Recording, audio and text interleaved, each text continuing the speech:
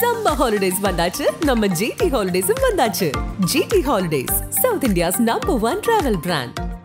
மார்க்கெட்லயே கம்மி சேதாரத்துல இன்னும் 1% தள்ளுபடி கொடுப்போம். ஓகே, வைரநக கேரட்டுக்கு 5000 தள்ளுபடி கொடுப்போம். தள்ளுபடி திருவிழா நாமக்கல்ல திருச்செங்கோடு மெயின் ரோட் எர்ணாபுரத்துல இருக்கிற ஸ்பைரோ பிரைம் பப்ளிக் ஸ்கூல்ல +2 போர்டு எக்ஸாம்ஸோட சேர்த்து நீட் அண்ட் JEE கோச்சிங்கும் கொடுத்துட்டு இருக்காங்க. அழகு வணக்கம். வணக்கம் பிருத்திவி. இது சந்திப்புகளின் காலம் போல இருக்கு.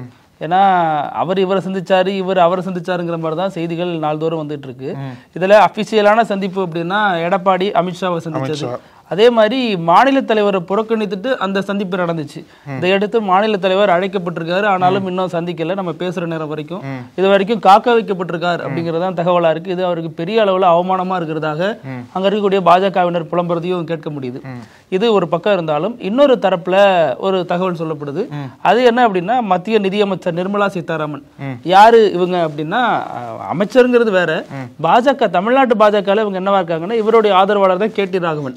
அவருடைய அரசியல் எதிர்காலத்தை முடிச்சு வச்சவர்னு சொல்லப்படுறவர் தான் இப்ப இருக்கக்கூடிய மாநில தலைவர். சோ இந்த ஆங்கிள் இதை பாத்தீங்கன்னா, நிர்மலா சீதாராமன் எடப்பாடியோட கிளர்ச்சி பண்ணிட்டு இருக்காங்களா ரெண்டு தலைவர்கள், குறிப்பா செங்கோட்டையன் தங்கமணி.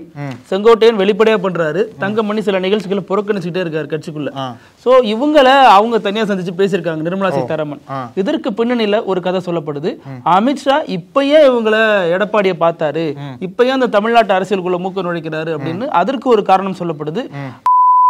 பதவி தப்புமா அப்படிங்கிற கேள்விகளும் எழுப்பப்பட்டு வருது. அதற்கான காரணங்களும் சொல்லப்படுது. இது ஒரு பக்கம் பேசுவோம். OPS EPS இந்த பிரச்சனை, RB உதயகுமார் வீடியோ, இதெல்லாம் ஒரு பக்கம் பேசுவோம். அதே மாதிரி இன்னைக்கு புது வரவு அப்படின்னா தாவேக தலைவர் விஜய். அவரு கட்சி மீட்டிங்ல திமுகவை முதல்வரை கடுமையா விமர்சிக்கிறாரு. பேர் சொல்லிட்டாரு அப்படிங்கறதுதான் பெரிய அளவுல பெருசா பார்க்கப்படுது. பேர் சொல்லி விமர்சிச்சுட்டாரு அப்படின்னு. அவர் கூட பரவாயில்லங்க, வளர்த்த கடா மாறல பாயுதுன்னு ஒரு பழமொழி இருக்கும். அது மாதிரி திருமாவளவனை தன்னுடைய ஆசான் ஆசான் ஆசான்னு கடைசி வரைக்கும் சொல்லிட்டு தாவேக்கால சேர்ந்த பிறகு கூட திருமாவை போய் பார்த்துட்டு வந்த ஆதவ் அர்ஜுனா இப்ப திமுகவினர் அல்லது பாமக பாஜக கூட விமர்சிக்க தயங்குற ஒரு விஷயத்தை வச்சு திருமாவை கடுமையா விமர்சிச்சிருக்காரு விஜய் மேடையில. சோ இது பெரிய அளவுல விசிகாவினர் மத்தியில கொதிப்பான ஒரு மனநிலையை ஏற்படுத்தி இருக்கு. இது எல்லாத்தையும் பத்தி பேசிடுவோம். Welcome to sensation.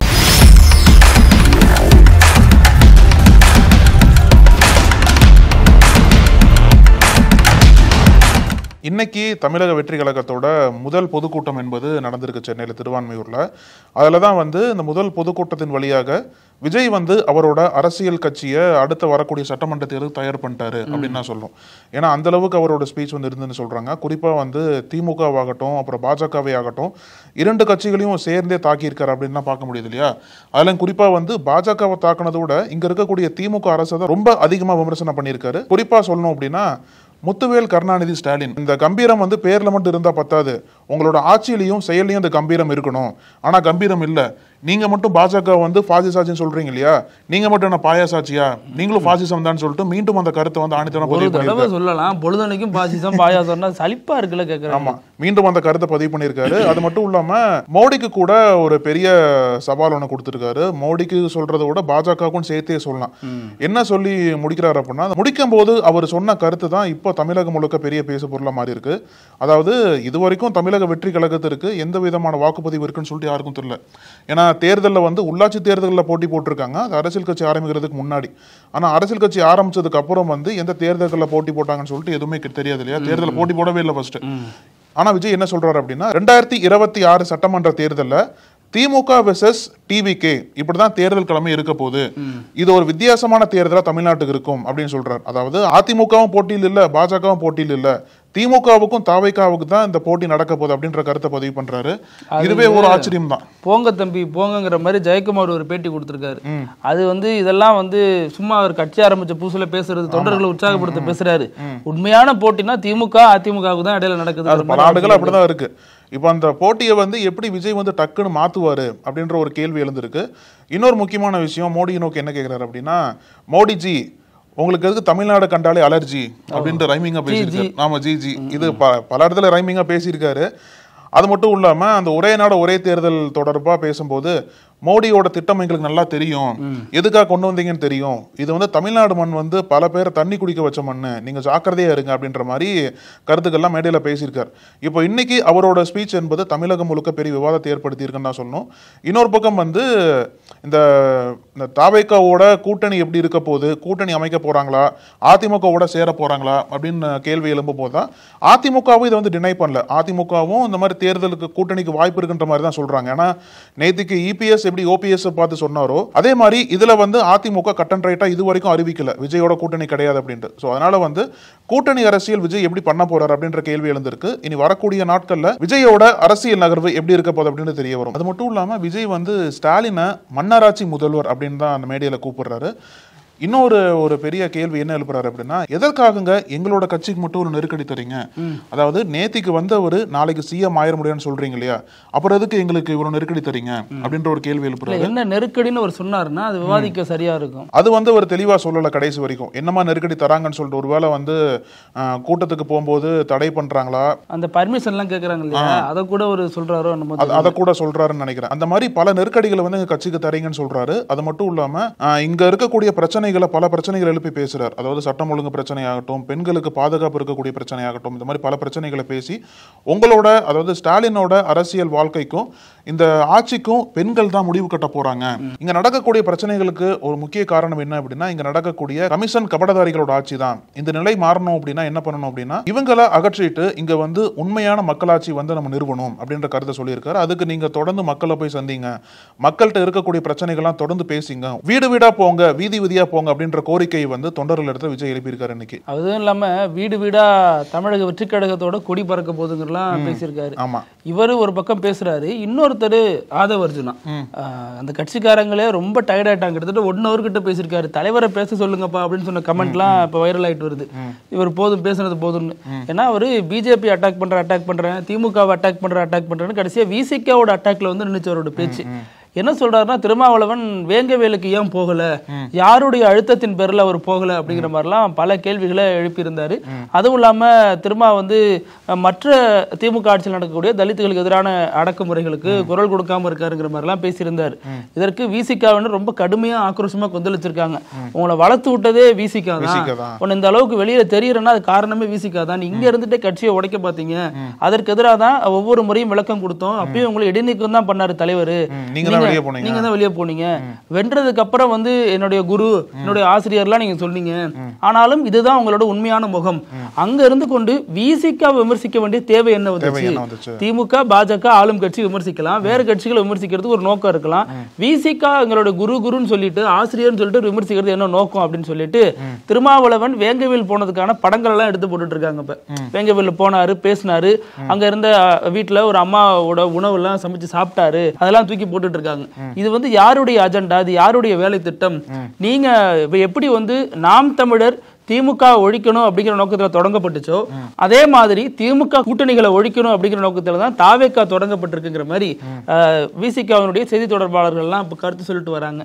இது ஆதவ அர்ஜுனா எதுக்கு தேவையில்லாம வாய் விடுறாரு, ஒரு விஷயத்தை தெரிஞ்சு எதுக்கு தெரியாத மறைக்கிறாரா, அல்லது உண்மையிலே தெரியாம அதை இவ்வளவு பொதுவெளியில பகிரங்கமா பேசியிருக்காராங்கிற கேள்வியெல்லாம் எழுந்திருக்கு. இது விசிகாவினர் ரொம்பவே கவலையில் ஆழ்த்திருக்கு, பலரையும் வந்து கோபத்தில் ஆழ்த்திருக்கு. இது ஏன் வந்து நம்ம தலைவரை குறிவைக்கணும், இவர் இதற்கு பின்னணி வந்து பிஜேபி தான் இருக்கணுங்கிற மாதிரி இவங்க பதில் தாக்குதல் கொடுத்துட்டு வராங்க. ஆமா, திமுக அரசுக்கு மாற்றா இவங்க எப்படி இருப்பாங்க அப்படின்ற கேள்வியே இப்போ பெருசா எழுந்திருக்கு இல்லையா. ஒரு பக்கம் வந்து பாஜகவை அட்டாக் பண்றாங்க, கொள்கை எதிரி பாஜக, அரசியல் திமுகன்னு சொல்லிட்டு தான் விஜய் களத்துக்கே வரார். ஸோ அடுத்த கட்ட நகர்வு எப்படி இருக்க போகுது, இவங்க தனித்து செயல்பட்டா இங்க இருக்கக்கூடிய அரசை மாற்றும் விதமா இவங்களுக்கு அந்த அளவுக்கு வாக்கு வங்கி இருக்குமா அப்படின்ற பல கேள்விகள் எழுந்திருக்கு. ஒருவேளை கூட்டணி வைக்கிறதுக்கும் வாய்ப்பு இருக்குன்னு சொல்றாங்க இல்லையா, அதிமுக அப்ரோச் பண்றேன்னு சொல்றாங்கன்னா முன்னாடியே அதுக்கு பெரிய இது இருக்கு. ஏன்னா அதிமுக அப்ரோச் பண்ணோம் அப்படின்னா அவங்க தான் மேல இருப்பாங்க, அதை விஜய் ஒத்துக்குவாரான்னு தெரியல நமக்கு. அது அதிமுக ஜெயக்குமார ஒரு மீடியா கேக்குறாங்க, அதாவது தாவேக்கா அதிமுக கூட்டணி வராதுன்னு சொல்ல முடியுமா அப்படின்னு கேக்குறாங்க. அதற்கு அதையே நீங்க சொல்றீங்க அப்படிங்கிற வரட்டும், இன்னும் டைம் இருக்குல்ல தேர்தலுக்கு, ஆமா அப்படிங்கிற மாதிரி அதை கடந்து போறாரு. அதாவது மறுக்கவும் இல்ல, ஆமான்னு சொல்லவும் இல்ல. சோ நாங்களும் கதவை திறந்து வச்சிருக்கோம், அவர் அப்ரோச் பண்ணாங்க அப்படின்னா நாங்க ஏத்துக்க தயார். அப்போ ஒருவேளை அப்ரோச் பண்ணாங்க அப்படின்னா அப்படின்னா ஏத்துக்க தயார் அப்படின்னா விஜய் ஒத்துக்குவாரா? சப்போஸ் ஒத்துக்கிட்ட கூட்டணி போயிட்டால போனாலும் அதிமுக பாஜக கூட்டணி சேர்ந்துரும். இவனும் கூட்டணி சேர்த்துறாரு அப்படின்னா பாஜக எப்படி எதிர்க்க முடியும்? நீங்க எப்படி கொள்கை எதிரியா பாஜக வச்சுக்க முடியும் அப்படின்ற கேள்வி எழுந்திருக்கு. ஸோ எல்லாமே விஜயோட கையில தான் இருக்கு. தீர்மானம் வரிசையா போட்டே வந்து நீங்க கிட்டத்தட்ட ஒரு 15 தீர்மானத்துக்கிட்ட போட்டிருக்காங்க போல. எல்லாமே விஜய் அதிகாரத்துல சொல்லியிருக்காங்க. இனி வரக்கூடிய நாட்கள்ல அரசியல் எப்படி இருக்க போதுன்னு பார்க்கலாம். அது மாதிரி இந்த பக்கம் வந்தீங்கன்னா அதிமுக ரொம்ப காலமாவே கலகலத்து கிடக்குது. கட்சிக்குள்ள ஏற்பட்ட பிளவு, ஓபிஎஸ், சசிகலா, டிடிவி, இந்த மாதிரி இடையில செங்கோட்டையன், தங்கமணி இவங்களுடைய ஒத்துழையாமை இயக்கம் இதெல்லாம் ஒரு பக்கம் இருந்தாலும் இப்ப போயிட்டு எடப்பாடி எல்லா பிரச்சனையும் சார்ட் அவுட் பண்றேன் அப்படிங்கிற பேர்ல அமித்ஷா கிட்ட பேசிட்டு வந்தாரு. அவர்கிட்ட சில ஃபைல்ஸையும் கொடுத்திருக்காரு. இங்க இருக்கக்கூடிய பாஜக மாநில தலைவர் என்ன மாதிரி எல்லாம் எங்களை நடத்தினாரு, என்ன மாதிரி எல்லாம் எங்களை பேசினாரு பொதுவெளியில, இதெல்லாம் உங்க கவனத்துக்கு வந்துச்சோ வரலையோ அதனாலதான் நாங்க ஃபைலோட வந்திருக்கோம்னு சொல்லிட்டு இவர் குறித்த முழு விவரங்களையும் அவர்கிட்ட கொடுத்து நீங்க தான் என்ன நடவடிக்கை எடுக்கணுமோ எடுங்க. இவர் இருந்தாருன்னா எங்களால கூட்டணிக்கு வரதுல தமிழ்நாட்டுல ஒரு சிக்கல் இருக்கு, எங்களுடைய தன்மானத்துக்கு அது ஒரு இழுக்கா போயிடும், அது பொதுமக்களும் அதை ஏத்துக்க மாட்டாங்க, அதனால கூட்டணிக்கு வரணும்னா இவரை நீங்க வேற இடத்துக்கு நகர்த்தினா அதுக்கான சரியான வாய்ப்பு அப்படிங்கிற மாதிரி சொல்ல போக அமித்ஷாவும் பாக்குறேன் அப்படிங்கிற மாதிரி சொல்லி அனுப்பியிருந்திருக்காரு. அதன் நீட்சியா தான் இப்ப இருக்கக்கூடிய பாஜக மாநில தலைவர் டெல்லிக்கு அழைக்கப்பட்டிருந்தார். அமித்ஷாவை பொறுத்த வரைக்கும் எடப்பாடிக்கு கிட்டத்தட்ட ராஜ மரியாதை கொடுத்திருக்காரு. சிவப்பு கம்பளம் விரிச்சு பெரிய அளவுல வரவேற்கலே ஒழிய மற்றபடி எல்லா விதமான வரவேற்பு, தமிழ்நாடு உணவுல இருந்து எல்லாத்தையும் கொடுத்து வரவேற்றிருக்காரு. ஆனால் தமிழ்நாடு பாஜக மாநில தலைவர், அவர் கட்சி சேர்ந்த மாநில தலைவர் போயிருக்காரு, இன்னமும் அவரை பார்க்கல, இன்னமும் வெளியிலே காக்க வைக்கப்பட்டிருக்காரு. அதனால என்ன சொல்லப்படுது அப்படின்னா அது பெரும்பாலும் அவரது பதவி வந்து வேறொரு நபருக்கு கைமாற்றப்படலாம். அப்படி இல்லை அப்படின்னா தமிழிசை, நயினார் நாகேந்திரன், வானதி சீனிவாசன் இவங்களை போன்ற நபர்களை வச்சு ஒரு குழு அமைச்சு அவங்க வந்து தேர்தலுக்கான பேச்சுவார்த்தை நடத்தக்கூடிய குழுவா இருக்கலாம் அப்படிங்கிற மாதிரி அதிமுக டிமாண்ட் பண்ணியிருந்தாங்க. அந்த மாதிரியான ஒரு விஷயமும் சொல்லப்பட்டு வருது. அல்லது தலைமை மாத்தலன்னா எடப்பாடிக்கு ஒரு பெரிய பின்னடைவாதான் இருக்கும். தலைமையை மாத்துனா பாஜக மாநில தலைவருக்கு மிகப்பெரிய ஒரு பின்னடைவா இருக்கும். ஏன்னா 2 பேரும் ஒரே சமூகத்திலிருந்து வந்து முட்டிக்கிட்ட 2 தலைவர்கள். அதே நேரம் 2 பேருடைய ஈகோங்கிறது பெரிய அளவுல ரோல் பிளே பண்ணிச்சு. அந்த கூட்டணி உடையறதுக்கு பர்சனலா எடுத்துக்கிட்டாங்க, பர்சனலா பேசப்பட்டுச்சு. இந்த நிலையில தான் இப்ப பாஜக மாநில தலைவர் அடுத்த கட்ட முடிவு என்ன எடுக்க போறாரு அப்படிங்கிறது அவர் எடுக்கிறது இருக்கட்டும், அமித்ஷா அவர் மேல என்ன முடிவு எடுக்கிறாருன்னு பாருங்க. அதே மாதிரி நிர்மலா சீதாராமன் 2 தலைவர்களை சந்திச்சு பேசுனது இருக்கு இல்லையா, தங்கமணி அப்புறம் செங்கோட்டையன் இவங்களை சந்திச்சு பேசியிருக்காங்க. அதுல என்ன பேசப்பட்டதுங்கிற தகவல் எல்லாம் முழுசா வெளியாகலனாலும் இவங்களை கூர்த்திட்டுறது தான் இவங்களோட பணியா இருக்கு. அதே மாதிரி டெல்லியை பொறுத்த வரைக்கும் பல தலைவர்கள் தொடர்ந்து பார்த்துட்டே வந்திருக்காங்க. நிர்மலா சீதாராமனும் சந்திச்சிருக்காங்க. அது மாதிரி இங்க பொன்னாரும் போய் சந்திச்சுட்டு வந்திருக்காரு. ஜி.கே. வாசன் பார்த்திருக்காரு. இது மாதிரி இவங்க எல்லாருக்கு பின்னாடியும் ஒரு அரசியல் அஜெண்டா இருக்கு அப்படின்னு சொல்லப்படுது. ஜி.கே. வாசன் வந்து அதிமுகவை நம்ம அனுசரிச்சு போங்கிறது சொன்னதாகவும், பொன்னார் வந்து அடுத்த கட்ட அந்த தலைவர் பதவிக்கு காய் நகர்த்தினதாகவும் சொல்லப்படுது. அது மாதிரி நிர்மலா சீதாராமனும் பாஜக மாநில தலைவர் கே.டி. ராகவன் இந்த ஒரு பின்னணியில அந்த விஷயங்களை அணுகினதாகவும் சொல்லப்படுது. இந்த மாதிரியான பல சர்ச்சைகளுக்கு மத்தியில தான் ஓபிஎஸ், இபிஎஸ் நேத்தி வந்து ஒரே பிளைட்ல போயிட்டு வந்திருக்காங்க. அவங்க திருநெல்வேலியில ஒரு அதிமுக பிரமுகர், முன்னாள் பிரமுகர் வந்து இறந்து போயிட்டாரு. அந்த நிகழ்வுக்கு இவங்க எல்லாம் 2 பேரும் போயிருக்காங்க. பிளைட் புக் பண்ணப்போ ஒரே பிளைட் தான், தூத்துக்குடியில இருந்து சென்னை வர்றப்ப ஒரே பிளைட்ல வந்திருக்காங்க. ஆனா 2 பேருமே அந்த டைம்ல தான் அடிச்சுக்கிட்டாங்க. பேட்டி பாத்தீங்கன்னா தெரியும். எடப்பாடி சொல்றாரு எப்பவுமே அவரை சேர்த்துக்க முடியாது ஓபிஎஸ், அவர் பண்ணது துரோகம், அவர் வந்து எந்த காலத்திலயும் அதிமுக இணைய மாட்டாருன்னு. அதற்கு ஓபிஎஸ் பதில் கொடுக்கிறாரு, நான் ஒன்னும் கட்சியில சேர்த்துக்க சொல்லல, பிரிஞ்சிருக்கிற சக்தி எல்லாம் ஒன்னா சேர்ந்தா நல்லதுன்னு தான் சொல்றேன். அதே சமயம் எடப்பாடியா அவர் வந்து ஒரு ஒற்றை தலைமையில் வந்துட்டேன்னா நான் எல்லாத்திலும் ஜெயிச்சிருவேன்னாரு. அப்படி ஒன்றும் ஜெயிச்ச மாதிரி தெரியல, எல்லா தொழிலும் தோல்வி தான், தோத்துட்டு தான் போறாரு. அதனால அவரா பொதுச் செயலாளர் பதவி விட்டு விலகுனா அவருக்கு நல்லது, இல்லைன்னா அவருக்கு அவமானம் ஏற்படும் அப்படிங்கிற வகையில இவர் ஒரு எச்சரிக்கையை கொடுத்திருக்காரு. யாரால் அவமானம் ஏற்படும் சொல்லிட்டு சொல்லுங்க. ஆமா, இதுல இடையில வேற ஒருத்தர் வீடியோ வெளியிடுறாரு, இந்தியாவோட இரும்பு மனிதர்னு சொல்லிட்டு வல்லபாய் பட்டேலோட மறு உருவமா இருக்காரு, அமித்ஷா பத்தி பேசுறாரு, இவரு தமிழ்நாட்டோட இரும்பு மனிதர் அப்படிங்கிறாரு. என்ன நடக்குதுன்னே தெரியல. 2022 இபிஎஸ் அப்படிதான் சொன்னார், அமித்ஷாவை இரும்பு மனிதர்னு சொன்னாரு. அதே ஒரு இதை தான் ஆர்பி உதயகுமார் இப்ப சொல்லியிருக்காரு. இப்போ அமித்ஷாவுக்கு வந்து இந்த வாரம் ஃபுல்லா தமிழ்நாடு வாரம் போல.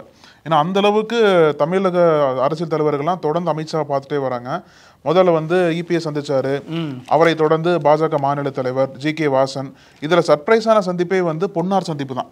அதாவது பொன் ராதாகிருஷ்ணன் வந்து பாஜகல ஒரு மிக முக்கியமான தலைவர்னு சொன்னா இல்லையா. இப்ப ஜி.கே. வாசன் செஞ்சதெல்லாம் அப்பயே உடனே போட்டோ லீக் வந்துருச்சு, நம்ம எல்லாம் பார்த்துட்டோம். ஆனா பொன்னார் அமித்ஷாவை மீட் பண்ணது அவரே ஷேர் பண்ண போய் தான் வெளியே வந்திருக்கே ஒழிய அது அபிஷியலா வெளியே வரலன்னு சொல்றாங்க. அதுவும் 25ஆம் தேதியே பொன் ராதாகிருஷ்ணன் வந்து அமித்ஷாவை சந்திச்சிட்டார் டெல்லியில. ஆனா அந்த போட்டோவை நேத்திக்கு தான் ஷேர் பண்றாரு. நேத்திக்கு எப்போ அப்படின்னா பாஜக மாநில தலைவர் டெல்லிக்கு போனார் இல்லையா, அப்போதான் அவர் ஷேர் பண்றாரு.